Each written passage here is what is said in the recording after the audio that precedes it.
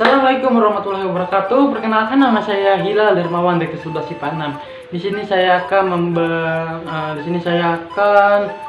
membuat video tentang cara budidaya ikan patin. Simaklah video berikut ini. Sebelum kita lanjut ke cara budidaya ikan patin, alangkah baiknya kita mengetahui penjelasan tentang ikan patin itu seperti apa dan karakteristik ikan patin itu apa. Ikan patin merupakan salah satu jenis ikan air tawar populer.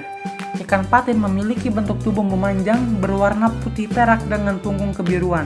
Ikan patin tidak memiliki sisi kepala. Ikan patin relatif kecil dengan mulut terletak di ujung kepala agak ke bawah. Budidaya ikan patin ternyata bisa juga di dalam ember. Budidaya ikan patin di dalam ember merupakan cara yang cukup sederhana dibandingkan cara-cara lainnya, di mana Anda perlu membuat kolam dan menyiapkan segala perlengkapannya. Biasanya, budidaya ikan di dalam ember ini kebanyakan yaitu dilakukan pada ikan lele. Namun ikan patin juga tidak apa-apa. Pertama yang harus Anda lakukan, Anda harus mempersiapkan bibit ikan patin tersebut yang unggul. Ketika Anda memilih bibit unggul, maka perkembangan ikan tersebut juga akan lebih baik. Sebenarnya budidaya ikan di ember ini memang lebih dilakukan yaitu untuk lele.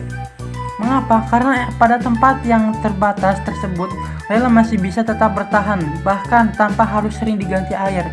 Hal tersebut karena lele akan tetap bertahan pada kondisi air yang buruk, sehingga akan tetap aman dan mampu bertahan di tempat minim oksigen. Bahkan pada satu ember tersebut bisa dilakukan budidaya lele sekitar 60-100 ekor. Nah, untuk melakukan budidaya ikan patin di dalam ember, tentu saja tidak sebanyak ikan lele, ditambah lagi ikan patin kurang mampu bertahan dengan kondisi air yang buruk, sehingga memerlukan alat aerator atau penambah oksigen agar mampu bertahan di ember. Sedangkan pada satu ember tersebut bisa-bisa ditempati 5 ekor patin saja, karena patin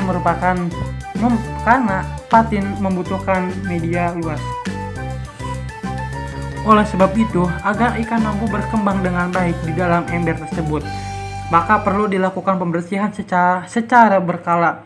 Selain itu, pemberian makannya pun harus diperhatikan, yaitu bisa menggunakan pelet atau makanan jenis lainnya, yaitu secara rutin 3 hari sekali. Daya tahan tubuh ikan patin ketika dipelihara di ember tersebut juga penting untuk diperhatikan. Untuk itu, Anda perlu sekali memberikan vitamin dan prebiotik yang dengan mudah dapat Anda beli di toko terdekat. Nah, itu cara budidaya. Berikut adalah kelebihan dan kekurangan budidaya ikan patin.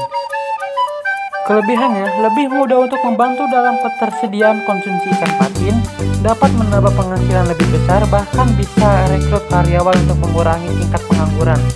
Mudah sekali dalam mendapatkan kualitas ikan yang segar. Tahap proses memijakkan ikan patin dapat dilakukan dengan mudah, tidak perlu keahlian khusus. Jika ikan mengalami keadaan yang namanya stres, maka dapat diatasi dengan tahap yang mudah seperti memberi pengobatan pada ikan. Mudah sekali untuk tahap penyeleksian induk. Nah, berikut adalah kekurangannya.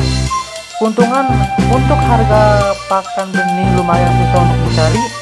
Susah juga dalam mendapatkan kualitas benih yang segar dan berkualitas. Harus mengontrol setiap saat ketika sudah menabur benih. Memberikan pakan berupa pelet harus tepat waktu, jangan sampai telat. Ikan patin sulit sekali untuk beradaptasi di lingkungan sekitar. Nah, itu saja yang dapat saya sampaikan. Mohon maaf bila ada kekurangan. Bila topik budidaya. Wassalamualaikum.